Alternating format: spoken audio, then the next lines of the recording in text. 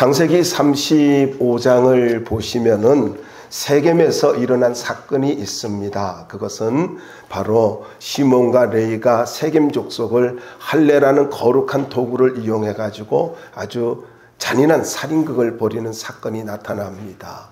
그때 야곱이 이렇게 말을 합니다. 너희들이 나에게 냄새를 나게 했다. 그래서 이 주변에 있는 사람들이 나를 쳐들어와서 이제 우리 가족은 몰살하게 될 거야 하고 두려워 벌벌 떨었습니다. 믿음이 없었어요? 하나님을 만난 후잖아요. 야복강가에서 그렇게 하나님을 진하게 만났잖아요. 강력한 체험을 했잖아요. 그래서 분열의 아침을 경험했던 사람이잖아요. 그런데 어때요? 두려움에 사로잡혔어요. 그럴 때 그에게 문득 떠오른 생각이 있었습니다. 그것은 바로 나의 환난 날에 내게 응답하시는 그 하나님께 예배하러 가야 되겠다. 내가 있을 곳은 세겜이 아니라 저 베델이구나. 그러면서 자녀들에게 이야기합니다. 모든 우상을 버리라. 그리고 우리 예배하러 올라가자. 했을 때에 창세기 35장 5절에 보면은 야곱이 출발함과 동시에 주변 모든 고을들이 두려워 벌벌 떨어가지고 하나님께서 그들에게 두려움을 줌으로 인해서 어느 누구도 이 야곱을 건드리지 못하도록 하나님이 지켜주시고 막아주시는 것을 말씀하고 있습니다. 또한 우리가 잘 알지 않습니까? 사무엘상 7장 13절 말씀에 보면은 사무엘이 사는 동안에 하나님께서 블레셋 사람들을 막으셨다. 이렇게 말하고 있어요. 막으셨다. 누구 때문에요? 사무엘이 사는 날 동안에 하나님이 막아주셨대요. 그리고 여러분이 잘 기억할 수 없을지 모르겠습니다만 이스라엘 왕 요아스는 열왕기하 13장 14절에서 엘리사가 이제 죽을 병이 드니까 쫓아와가지고 눈물을 흘리면서 이스라엘의 병거여 마병이여 하면서 통곡을 했습니다. 아니 자기가 얼마나 많은 군사력을 가지고 있었습니까? 그런데 엘리사로 인하여서 그는 이 나라가 지켜지고 있고 하나님께서 막아주고 있다라는 것을, 열방으로부터 막아주고 있다라는 것을 그는 깨닫고 고백을 하고 있다라는 것입니다. 이것을 다윗은 이렇게 말하고 있습니다. 여호와는 나의 방패시고 나의 산성이십니다. 자, 시편 91편 9절과 10절은 우리가 한번 찾아봐야 되겠습니다. 시편 91편 9절과 10절입니다.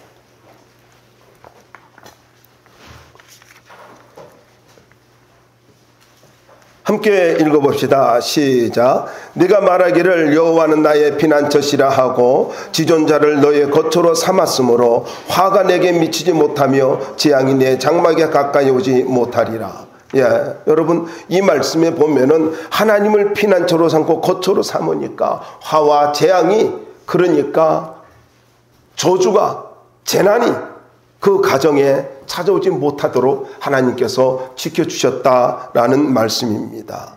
여러분 우리가 살아가는 동안에 수많은 어려움과 위험들이 있습니다마는 믿음의 사람들의 기도 때문에 하나님께서 막아주고 지켜주시는 것을 우리는 주변에서 많이 듣고 종종 보기도 합니다. 막아주는 자가 있습니다. 막아주는 자가 있어요. 여러분 나의 생각과는 전혀 다르게 환경으로부터, 문제로부터, 사람들로부터, 어떤 위험으로부터 막아주는 손길이 있다는 것을 잊지 마시기 바랍니다. 오늘 데살로니가후서 2장 전체는 당시 신앙생활을 하는 가운데 가장 혼란스러웠던 주님의 재림에 대하여서 데살로니가 성도들이 오해를 한 것을 바로잡아주기 위해서 이제 말씀을 하고 있습니다. 그러면서 지금은 아니야. 지금은 막아주는 것이 있어. 그러면서 특별히 재림의 징조와 심판에 대해서 바른 시각을 가졌으면 좋겠다라고 말씀하고 있습니다. 그러면 데살로니가 성도들이 왜 이렇게 했느냐 하면 데살로니가전서 5장 1절부터 6절에 보면 호련히 도적같이 이런 표현이 있습니다. 당시 성도들 가운데 이 말을 오해해가지고 예수님이 즉각적으로 재림을 한다 이렇게 오해를 한 거예요. 그런데 이 말을 가지고 거짓 교사들이 더 확대해가지고 아니야 이미 오셨어 이렇게 하면서 성도들의 믿음을 확 흔들어 놔버린 것입니다.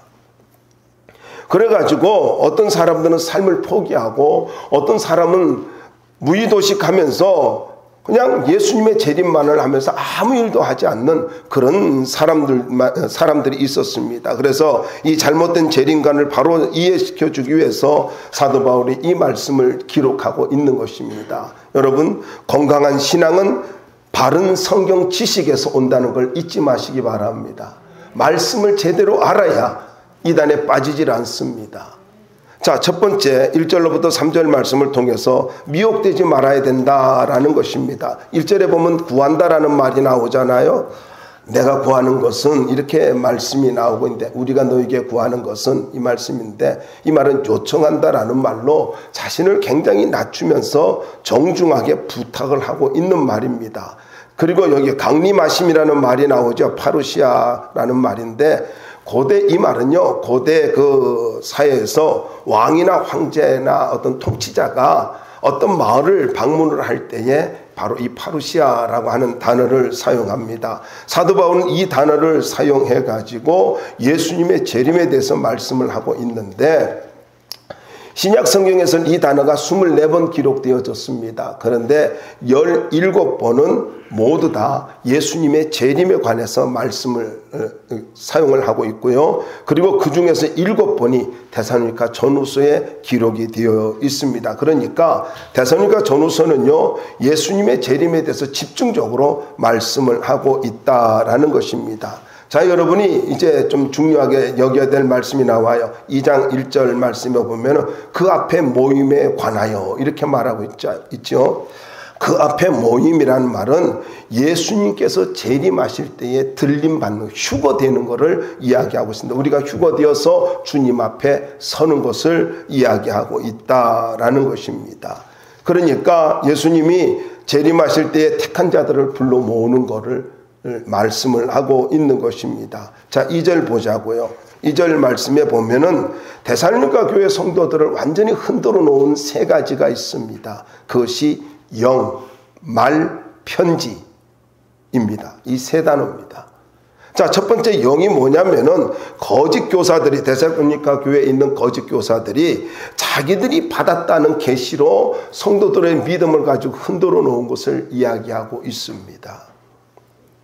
두 번째 말이지 않습니까? 이 말은 뭐냐면은 이것은 어떤 사람들이 바울에게 내가 직접 말씀을 들었어, 바울에게 직접 들었어 하면서 바울의 교훈을 가지고 받았다고 하면서 성도들의 믿음을 흐트러 놓고 흔들어 놨다라는 거예요. 이걸 NIV 성경은 전언이라고 이렇게 표현하고 있는데 여러분 생각해 보세요. 성경이 제대로 증거되어진다면은요, 흔들리질 않아요. 아니, 사도 바울이 교회 흔들어 놓으려고 말했겠어요? 아니잖아요. 믿음을 더 굳건하게 세우기 위해서 말씀을 했으면 몰라도. 그런데 말을 해가지고 흔들어 놨단 말이에요. 그래서 여러분, 우리가 잘 기억해야 될 건 이겁니다. 내 마음에 갈등을 일으키는 것은요, 사단의 역사입니다. 말씀을 들었는데 이게 하나님의 말씀이라고 한다면, 성령이 역사하는 말씀이라고 한다면요, 말씀을 들을 때 확신이 오고 믿음이 생겨요. 믿음은 들으면서 나잖아요. 그럼 믿음이 생기는 거예요. 견고해지는 거예요. 흔들리지 않는 거예요. 자꾸 갈등하고 의심이 생기는 거 두 가지입니다. 내가 사단의 지배를 받든가 잘못된 말씀이든가. 근데 우리는요, 내가 사단의 지배를 받는다라고 전혀 생각하지 않는다는데 이게 심각함이 있는 거예요. 세 번째 요소가 있죠. 그게 뭐냐면은 바로 이렇게 편지입니다. 편지인데 이게 우리에게 받았다 하는 편지라는 말인데 이 말을 그대로 번역하면 이겁니다. 마치 우리를 통해 받은 듯한 편지라는 뜻이에요. 그러니까 실제로 그러니까 보내지도 않았는데 받은 듯한 편지라고 하면서 바울의 편지다 하면서 거짓 교사들이 위조 편지를 갖고 성도들을 가진 믿음을 흐트러 놓은 것을 말하고 있습니다. 그래서 강력하게 이야기하고 있어요. 절대 주의 날이 이르렀다는 말을 가지고 듣고 흔들리지 말라는 거예요. 그런데 이르렀다라는 말은 이게 우리가 생각이 될 말인데, 이르렀다 이 말은 존재하다, 이미 와 있다. NIV 성경은 이렇게 번역을 하고 있는데, 이 여기서는 임박성이 아니라 지금 거짓 교사들은요 실제로 현존함을 나타내고 있어요. 그러니까 예수님이 이미 왔다 이렇게 말을 하고 있단 말이에요. 많잖아요. 뭐 예수님이 실패해가지고 그 실패한 걸 가지고 영으로는 이렇게 완성을 했지만 육신으로는 완성하지 못해가지고 온 것이 문선명이고 이만이고 모두 그렇잖아요. 몰라도 돼요. 진짜만 알면 돼요. 여러분들은. 그러니까 이미 재림했다 이 말을 들으니까 성도들의 마음이 흔들려 버린 거예요. 그런데 여러분, 이 예수님 사도 바울이 이렇게 말하고 있잖아요. 쉽게 마음이 흔들리거나 두려워하거나 하지 말아야 한다라고 말씀하고 있단 말이에요. 여기 쉽게 흔들리거나 이 말이 무슨 말이냐면은 배에 닻이 있잖아요. 배에 닻이 있는데 이 닻이 끊어져 가지고 이렇게 풍랑에 흔들리는 것, 바로 그런 상태, 파도나 그 풍랑에 흔들려 가지고 요동치고 있는 거, 표류하는 거, 바로 이걸 이야기하고 있는 것입니다. 그러니까 어떻게 보면요 쉽게 설명하면 이겁니다. 신앙의 균형을 잃어버리지 말아라 이 말입니다. 뿌리 내리고 신앙의 균형을 잃어버리지 말아라, 또는 그렇게 너무 성급하고 경솔한 행동을 하지 말아라, 그런 의미예요. 그리고 두려워하거나 이 말이 있잖아요. 그럼 이 말은 예수님께서 마가복음 13장 7절에서 사용했는데 무서움에 사로잡혀 있는 상태나 걱정하는 상태를 말합니다. 그러니까 마귀는요 예수님께서 그 무서움과 두려움에 사로잡힌 자를 가지고 물리쳐 가지고 그를 고쳐주시고 건강하게 만들어 주셨는데, 이게 무서움이나 두려움에 사로잡히는 걸 뭐라 그래요? 이걸 간단해요. 이건 사단의 역사란 말이에요. 그래서 여러분이 집에서 있는데 자꾸 무서움이 다가온다라든가 뭐 걱정이 많이 생긴다든가, 또 여러분 노후가 어떻게 될까봐 막 거기에 사로잡힌다든가, 여러분 몇 분은 찔리시는 것 같아요. 아니 하나님이 죽으셨느냐고. 하나님 살아계시잖아요. 성령이 주는 생각이냐고. 그게 아니잖아요. 그래도 한 두 사람 아직도 얼굴이 어두워. 그러지 말고, 여러분 성령이 주는 건 평안이에요. 기쁨이라고요. 걱정하지 말아요. 너무 걱정하지 마. 무서움을 주는 건요, 그 생각을 통해서 무서움을 주고 그 무서움을 통해서 마귀가 우리를 지배하려고 하는 거예요. 걱정하지 말아요. 또 어떤 분 나이 들어갈수록 그래요. 뭐냐면은 뭐 저라고 없겠어요. 저도 있어요. 자꾸 몸이 아프면은요 어떨 것 같아요? 왜 이러시네? 갈 때가 됐나? 그런데요 확실한 건요 사명이 안 끝났다는 거예요. 그래서 여러분 오래 살고 싶으면 사명으로 사십시오. 두려움으로 살지 말고요. 전전긍긍하며 살지 말고 뭐 돈 어떻게 그거 살지 말고 그냥 주님 의지하고 사십시오. 사명 갖고 사시기 바랍니다. 사명이 있으면요 죽고 싶어도 못 죽어요. 아멘을 안 하는 거 보니까 사명이고 뭐이고 다 때려치고 싶어요. 여러분 건강 있을 때 예배 잘 드리고 기도하며 사세요. 그렇게 살면 되는 거예요. 그래서 사도 바울이 말하는 건 뭐냐면은, 야 무서움과 두려움에 사로잡히지 말고 걱정에 사로잡히지 말고 믿음을 지키며 살아. 그러면 하나님이 다 책임져 주셔. 그걸 지금 말하고 있습니다. 3절 말씀해 보세요. 거기 미혹되지 말아라 라고 말하고 있잖아요. 그러니까 영이나 말이나 편지나 그 어떤 것에도 넘어가지 말고, 주님이 오실 때는 분명한 현상이 있어. 나타나는 그 현상이 있어. 그 현상이 이제 크게 이제 몇 가지로 이야기하는데 두 가지에 크게요. 첫 번째가 뭐냐면은요, 배교하는 일이 일어날 거야. 그겁니다. 이 배교라고 하는 말은요, 무슨 말이냐면은 이 변질되는 것, 그리고 탈당하는 것, 이게 바로 배교거든. 그러니까 교회에서 떠나는 것, 이런 게 바로 교회 공동체에서, 거룩한 공동체에서 떠나는 것, 이런 것이 바로 배교라는 거예요. 쉽게 말씀드리면 하나님을 대적하는 악의 세력에 동참하는 거예요. 근데 이 악의 세력에 출현하잖아요. 이런 일들이 자꾸 나타나잖아요.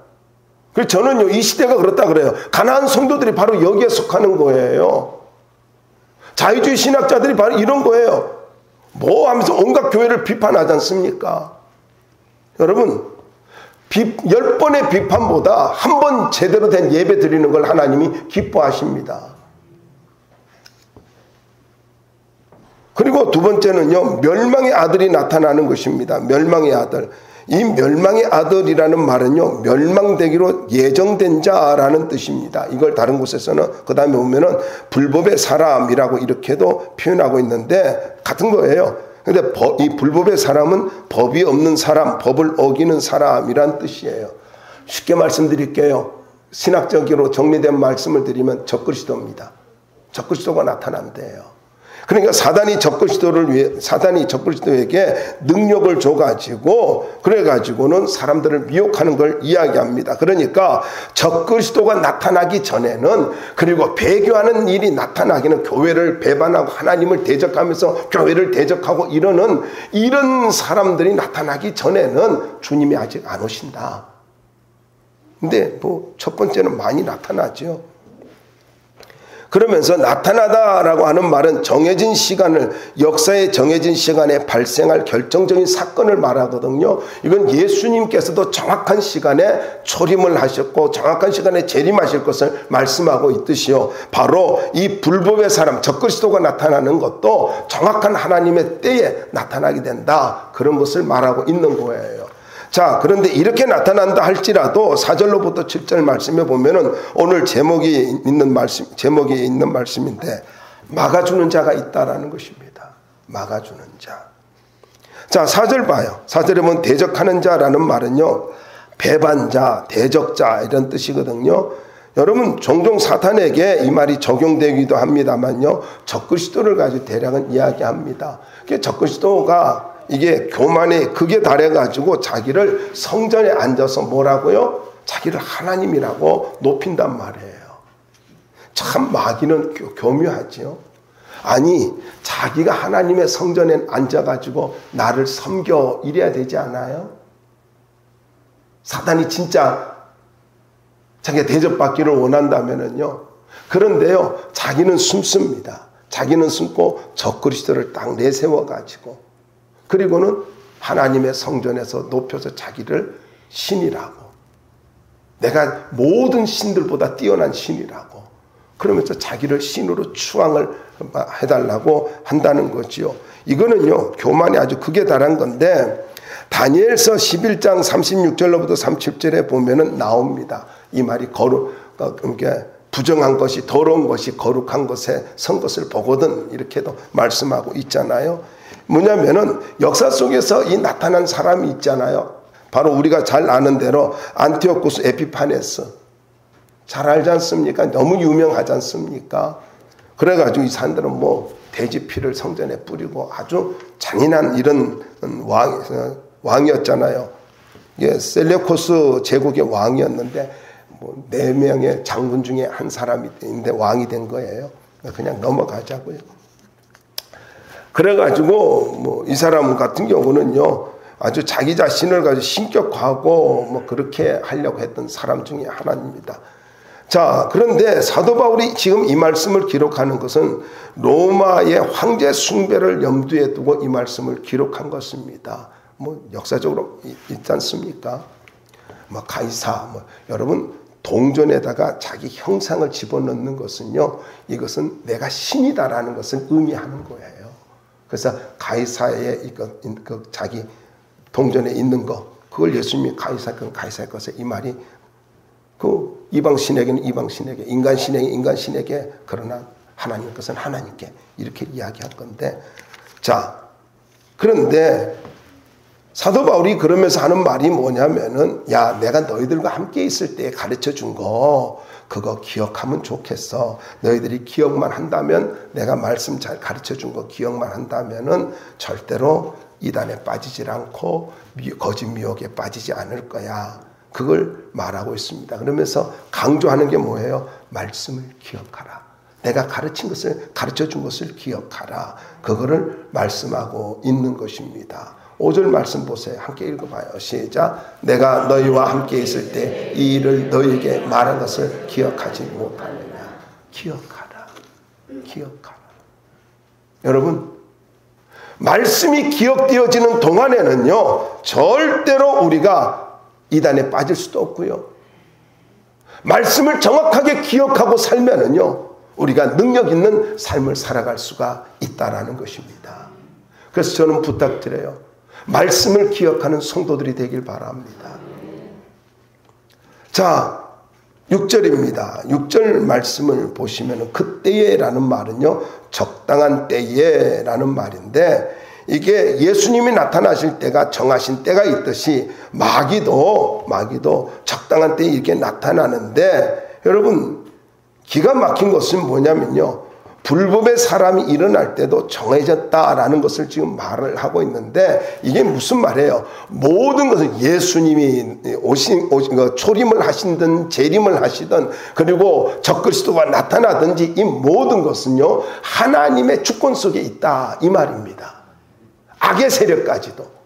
그래서 여러분 잊지 마십시오. 내가 하나님 앞에 살아가면서 가장 중요하게 여겨야 할 것은요, 내 모든 삶의 순간순간들이 하나님의 주권 속에 있음을 인정하고 살아야 된다는 거예요. 그래서 주권의식이 있어야 된다라는 것입니다. 그런데 재미있는 말씀이 있어요. 그 중에 옮겨질 때까지 하리라. 그때에 이렇게 나와요. 지금은 그것을 막는 자가 있어. 제가 이 말씀을 보면서 너무나 감사했어요. 그리고 걸으면서 이 말씀을 묵상하다가 너무나 은혜가 됐어요. 여기 막는다라고 하는 말, 오늘 제목입니다만 막는다라는 말은요, 크게 두 가지 의미로 정리가 되어져요. 첫 번째는요, 좋은 것을 굳게 붙잡는다. 헬라어로 바로 이겁니다. 카테콘이라고 하는 말인데, 이 카테콘은요, 좋은 것을 붙잡는다. 이걸 잘 보여주는 것이 데살로니가서 5장 21절에 보면 범사에 헤아려 좋은 것을 취하고, 이건 이렇게 나와 있지 않습니까? 이 말이 무슨 말이냐면요, 범사에 헤아려 좋은 것을 굳게 붙잡으라, 이런 뜻이에요. 원문이요. 그래서 저는 이 말씀이 너무너무 은혜가 되는 거예요. 막는 게 뭔 줄 아세요? 막는 게 뭔 줄 아세요? 두 번째 의미는 우리가 일상적으로 아는 말입니다만은요, 이 첫 번째 의미가 이게 아주 중요한 거예요. 악한 것을 막는 것은요, 그리고 모든 재앙을 막는 것은요, 그것은 바로 좋은 것을 선택하는 것입니다. 좋은 것을 붙잡는 거예요. 무슨 말인지 이해하세요? 여러분 보세요. 내가 여기 우리 조금 전에 말씀드렸던 걸로 설명해 볼게요. 야곱이 위기를 만났어요. 그럴 때 문득 뭐가 떠올랐어요? 아, 예배 드려야 되겠다 하는 생각이 떠올랐잖아요. 그래서 예배 드리러 하나님 앞에 예배를 선택하고 베델로 올라갈 때에 하나님께서 주변 모든 마을들을, 모든 국가들을 가지고 두려움에 떨게 막아주셨잖아요. 그러니까 내가 하나님이 나를 막아주시는 방법이 무엇이냐 하면은요, 내가 좋은 것을 선택하는 거예요. 내가 좋은 것을 선택할 때에 악한 것이 가까이 오지 못한다라는 것이고요. 더 나아가서 하나님이 나를 보호해 주신다라는 것, 다르게 말하면요, 하나님이 나를 위해서 일하기 시작한다라는 것입니다. 그래서 우리가 믿음의 선택을 하며 살아야 될 이유가 여기 있는 거예요. 왜요? 하나님 나를 보호하기 위해서, 하나님 나를 보호하도록, 하나님이 나를 막아주시도록 내가 뭐 해야 돼요? 내가 좋은 것을 선택해야 돼요. 이걸 믿음의 선택이라고 하는 것입니다. 알지 않습니까? 좋은 것을 일반적으로도 그렇잖아요. 내가 좋은 걸 선택하고 나쁜 걸 선택하지 않고 좋은 걸 선택할 때 거기서 벗어날 수 있잖아요. 그거예요. 여러분에게 강력하게 말씀드리고 싶어요. 오늘 다 잊어먹어도 이 말씀 붙잡으면 좋겠어요. 여러분 언제나 믿음의 선택을 하며 살기 바랍니다. 하나님이 기뻐하는 선택을 하며 살기 바랍니다. 야곱이 위기 때에 예배를 선택한 것처럼 여러분 어떤 어려움이 있을 때 여러분의 마음속에 떠오르는 영적이고 그리고 신앙적인 것들이 떠오를 때 바로 그걸 붙잡을 수 있길 바랍니다. 그걸 선택할 때에 악한 것이 나를 치고 들어오지 못하게 되고 하나님의 보호막이 나를 막아주시고 보호하여 주신다는 것입니다. 뭐 어떤 사람은 그래, 에휴 뭐 좋은 것이고 뭐 이거 그냥 돈 100만 원만 있으면 좋겠다. 에휴 그런 싸구려 인생 되지 마시고 하나님 앞에서요 믿음으로 좋은 걸 선택하십시오. 그래서 예수님이 그래서 뭐라 그래요? 마리아는 이 좋은 것을 선택했으니. 여러분 선택을 잘해야 돼요. 두 번째로 막는다라고 하는 말은요, 이건 억제하다, 가로막다, 방해하고 있다, 방해를 하다, 뭐 이런 의미가 있어요. 그러니까 방해하고 있는 거, 억제하고 있는 거, 가로막고 있는 거, 이것이 막는다라는 의미가 있어요. 우리 뭐 이거 잘 알지 않습니까?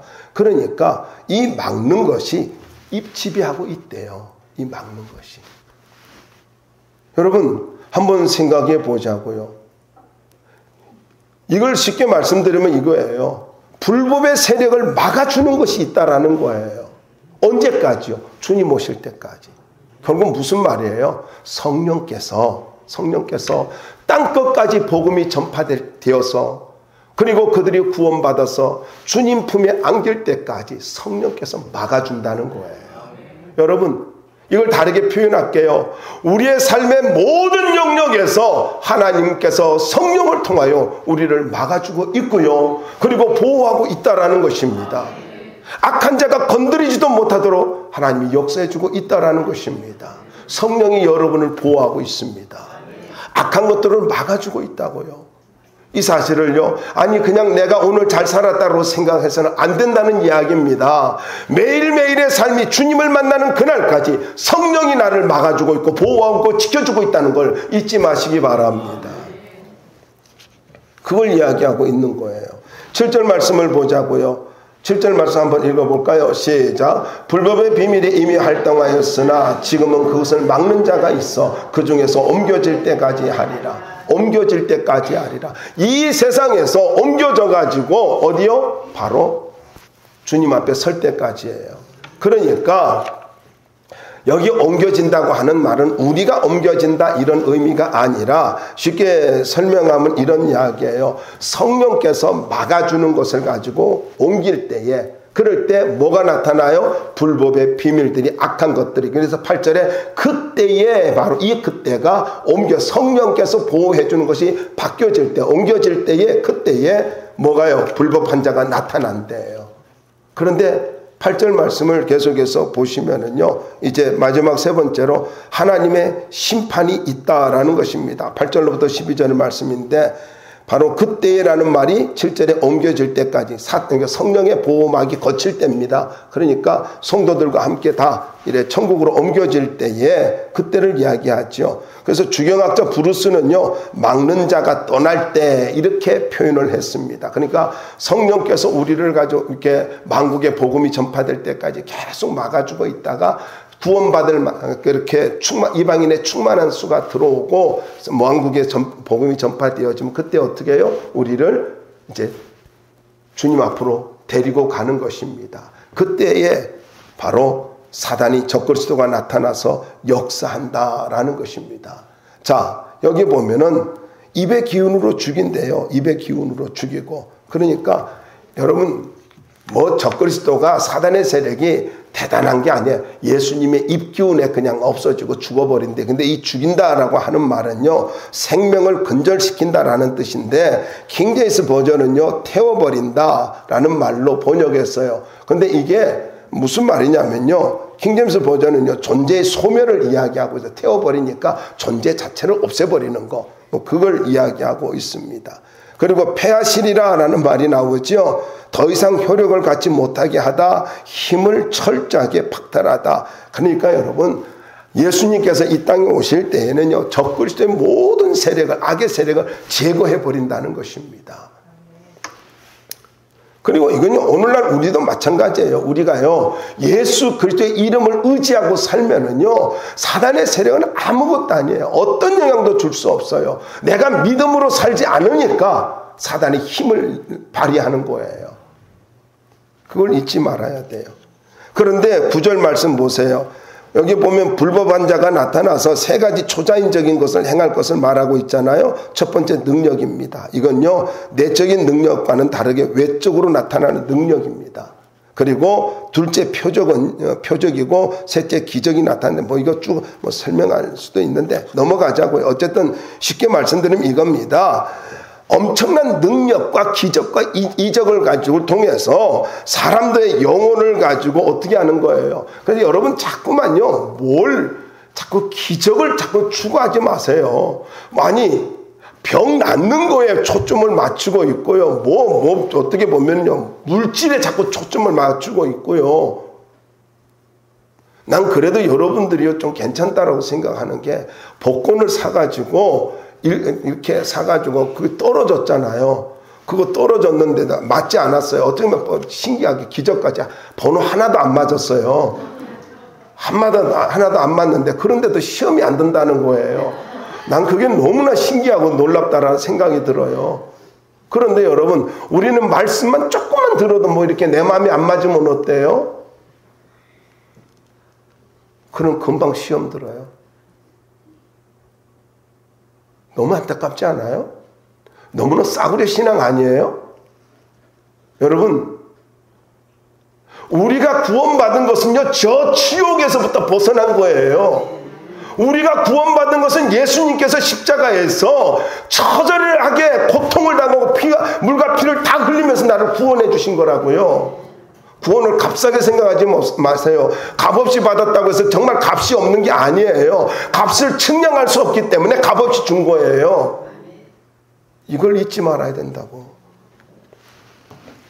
자꾸 이렇게 엉뚱한 것을 갖고 생각하지 말고 중요한 말씀 있어요. 여러분 말씀에 보면은 받지 아니하여 라는 말이 나오잖아요. 11절 말씀 한번 볼까요? 10절 말씀 후반절에 보면은 진리의 말씀을 받지 아니하여 구원함을 받지 못함이라. 이 말이 중요한 말이에요. 받지 아니하여에다 줄을 거는 게 좋아요. 받지 아니하여라는 말은요 영접하지 않았다, 환영하지 않았다라는 뜻이에요. 영접하지 않았다. 그러니까 왜 지옥 간다는 것입니까? 너무나 간단합니다. 너무나 간단해요. 그것은요 능력을 못 받다는 이야기가 아닙니다. 기적을 경험하지 못했다는 이야기가 아닙니다. 질병이 고침받지 못했다는 이야기가 아닙니다. 돈을 많이 벌지 못했다는 이야기도 아닙니다. 예수님을 영접하지 않았기 때문에 지옥 가는 거예요. 예수님을 영접하지 않았기 때문에. 정말 예수님을 영접했나요? 변화될 수밖에 없어요. 왜냐하면 그 안에 생명이 들어갔잖아요. 생명이 들어갔잖아요. 여러분 다르게 표현하면 이런 말이에요. 복음을 거부하고 무관심하고 냉담한 태도로 예수님을 가지고 믿지 아니하는 것, 그리고 더 거짓된 것을 11절에 보면 거짓된 것을 믿었기 때문에 지옥에 가게 된다라는 것입니다. 근데 막는 자가 뭐예요? 성령께서 어떻게 하든지 우리를 기다려주시면서 참아주시면서 감동을 주면서 예수를 믿도록 우리를 모든 것에서부터 막아주고 있는 거예요. 그 막아줄 때가 뭐예요? 감동이 올 때잖아요. 감동이 오잖아요. 아, 이렇게 살면 안 되겠다. 예수 믿어야 되겠다. 이렇게 살다가는 내 인생이 너무 허무해. 그러면서 아, 예수 잘 믿어야지. 이런 마음이 드는 게 뭐예요? 이게 성령의 역사잖아요. 자꾸 너무 엄청난 것만 들어가지고 뭐 성령의 역사를 막 찌릿찌릿한 걸로만 생각하는데 감동이 성령의 역사예요. 성령의 감동은 여러분 성령의 역사는 감동입니다. 기분 나쁜 거는요 사단의 역사예요. 그래서 뭐가 기분 나빠요? 그럼 지금 사단이 역사하는 거예요. 사단이 역사하는 거. 사단에 매이지 말기 바라고 영향받지 마세요. 엄밀하게 말하면 사단에게 영향받는 거예요. 영향을. 그럼 하나님은 원하는 게 뭘까요? 디모데전서 2장 4절로부터 6절 말씀에 보면은 하나님은 모든 사람이 구원을 받으며 진리를 아는 데 이르기를 원하시느니라. 모든 사람이, 저와 여러분이 구원받고 진리를 알고 지식을 가지고 하나님에 대한 지식을 가지고 살아가길 원한다라는 것입니다. 결론입니다, 여러분. 성령으로 인해서 막아주고 있는 하나님의 은혜를 기억하시고 언제나 믿음의 선택을 하며 살 수 있기를 주의 이름으로 축원합니다.